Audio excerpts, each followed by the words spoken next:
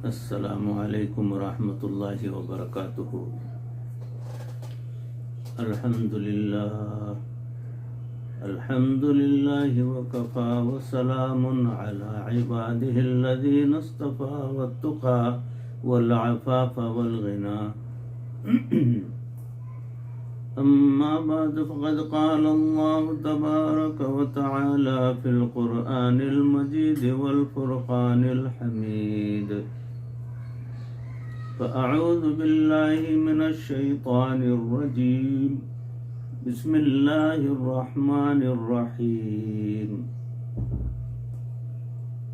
ألم نشرح لك صدرك ووضعنا عنك وزرك الذي أنقض ظهرك ورفعنا لك ذكرك، صدق اللہ مولانا العظیم۔ اللہم صلی علی سیدنا ومولانا محمد وبارک وسلم کما تحب وترضى عدد ما تحب وترضى۔ محترم و مکرم حاضرین، ناظرین، سامعین، بھائیوں، عزیزوں، بزرگوں، دوستوں، معزز خواتین، ہماری ماں بہنوں، تصوف کے عنوان سے جو بیانات کا سلسلہ چل رہا ہے اس میں موضوع چل رہا ہے ایک زمانہ صحبت با اولیاء، یعنی اولیاء اللہ کی صحبت کا ملنا جو ہے تقدیر کی بات ہے۔ اللہ کے نیک بندے، اللہ کے مقرب بندے، دین کے اوپر مکمل چلنے والے بندے، ان کا ساتھ اگر تھوڑی دیر کے لیے بھی ہمیں مل جاتا ہے تو 100 سال کی مقبول عبادتوں سے بڑھ کر جو ہے اس کا اجر و ثواب ہم کو ملے گا، یہ ایک عمل کرنے کی وجہ سے۔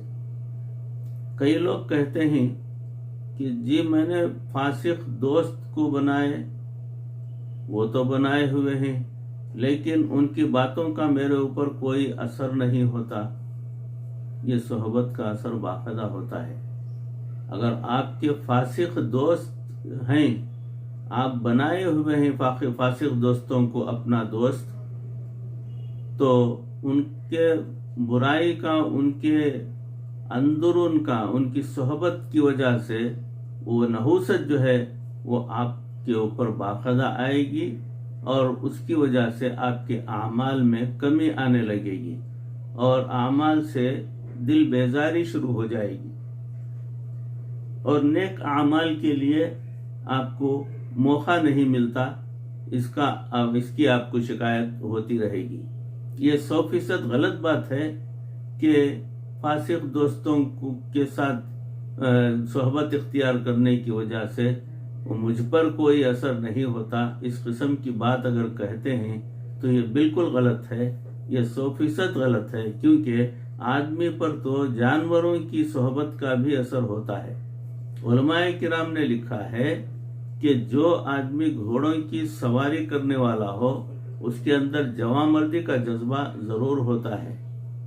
جو آدمی اونٹوں کی صحبت میں رہنے والا ہو اس کے اندر ہٹ دھرمی اور ضد ہوتی ہے۔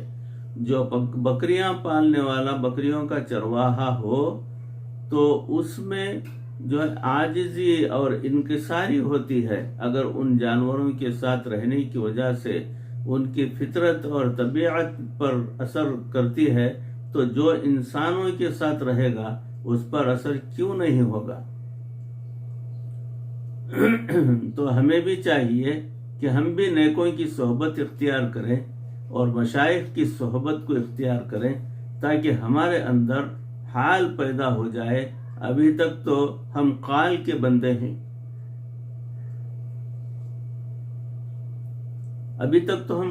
بندے ہیں، وہ آئندہ چل کر حال کے بندے ہو سکتے ہیں اگرچہ کہ جو ہے نیک بزرگوں کی صحبت اختیار کریں گے۔ حضرت مولانا روم رحمۃ اللہ علیہ فرماتے ہیں، کسی صاحب حال کے سامنے اپنے خال کو ڈال دو اور کسی مرد کامل کے سامنے اپنے آپ کو پامال کر دو تو 100 کتابیں اور 100 ورق بھلے تم آگ میں ڈال دو، اپنی جان اور اپنے دل کو تم اللہ کے حوالے کر دو۔ کسی پنجابی شاعر نے اسی مضمون کو یوں بیان کیا کہ مٹی بن کر کمار جو ہے مٹی بن کر ہم کسی کمار کے ہاتھوں میں آئیں جو ہمیں پیالے کی شکل میں ڈھال دے، اگر قسمت سے ریاضت کی بھٹی سے پک کر نکلے تو محبوب کے لبوں سے لگنے کا ہمیں لطف نصیب ہو جائے گا۔ بھائیو عزیزو، ہم اپنے آپ کو مٹی سمجھیں اور اپنے آپ کو کسی اللہ والے کے حوالے کر دیں، پھر وہ ہمیں جس شکل میں ڈھلتے جائیں اور ڈھلتے چلے جائیں، پھر دیکھنا کہ اللہ رب العزت ہمیں کیسے معرفت کے جام پلائیں گے۔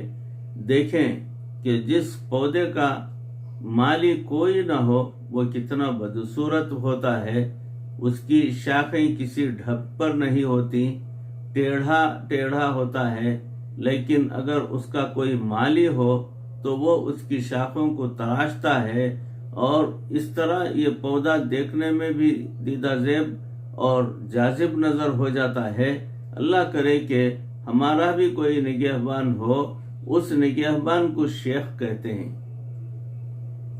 شاہ عبد الغنی پھولپوری رحمۃ اللہ علیہ سے کسی نے پوچھا کہ حضرت، اولیاء اللہ کی صحبت میں رہنا اتنا ضروری کیوں ہے؟ تو انہوں نے فرمایا کہ اچھا بتاؤ، صحابی بن سکتے ہو؟ کہا نہیں۔ تابعی بن سکتے ہو؟ جی نہیں۔ تبع تابعی بن سکتے ہو؟ نہیں، بالکل نہیں، کیونکہ صحابی تو وہ ہے جس نے نبی صلی اللہ علیہ وسلم کی صحبت پائی، اور تابعی وہ ہے جس نے صحابہ کی صحبت پائی، اور تبع تابعی وہ ہے جس نے تابعین کی صحبت پائی۔ قرون ثلاثہ مشہور بالخیر تو یہی ہے۔ انہوں نے فرمایا کہ دیکھو، اگر اللہ رب العزت کے ہاں اس لفظ سے زیادہ اور کوئی پسندیدہ لفظ ہوتا ہے تو اللہ اپنے محبوب صلی اللہ علیہ وسلم کے شاگردوں کے لیے اس لفظ کو پسند فرماتے۔ اللہ تعالیٰ نے صحابی کے لفظ کو پسند کیا۔ میرے محبوب صلی اللہ علیہ وسلم کے صحبت یافتہ، صحبت پانے والے صحابہ کہلائے۔ امام شافعی رحمۃ اللہ علیہ سے کسی نے سوال کیا، پوچھا کہ حضرت، سیدنا امیر معاویہ رضی اللہ تعالیٰ عنہ کا درجہ بڑا ہے یا عمر بن عبدالعزیز رحمۃ اللہ علیہ کا؟ عمر بن عبدالعزیز رحمۃ اللہ علیہ بعد کے دور کے تھے اور خلیفہ عادل تھے، جبکہ سیدنا امیر معاویہ رضی اللہ تعالیٰ عنہ کے زمانے میں بہت لڑائیاں رہیں، اور انہیں جنگوں کی وجہ سے حالات پرامن نہ تھے۔ اس لیے اس آدمی نے ان دو شخصیات کے بارے میں سوال کیا۔ امام شافعی نے ایسا جواب دیا جو سونے کی روشنائی سے لکھنے کے قابل ہے۔ فرمایا، جب سیدنا امیر معاویہ رضی اللہ تعالیٰ عنہ نبی اکرم صلی اللہ علیہ وسلم کے ہمراہ جہاد کے لیے نکلے اور ان کے گھوڑے کے نتنوں میں جو گرد اور مٹی جا پڑی، عمر بن عبدالعزیز سے اس مٹی کا رتبہ بھی بہت بڑا ہے۔ تو یہ فرق کس وجہ سے پڑا؟ صحبت کی وجہ سے پڑا۔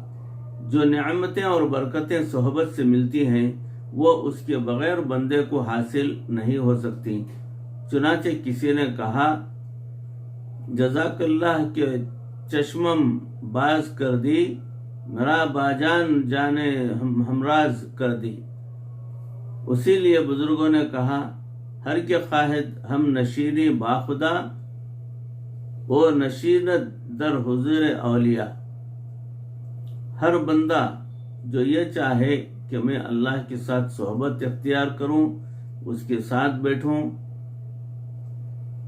اس کو چاہیے کہ وہ اولیاء کی صحبت میں بیٹھے۔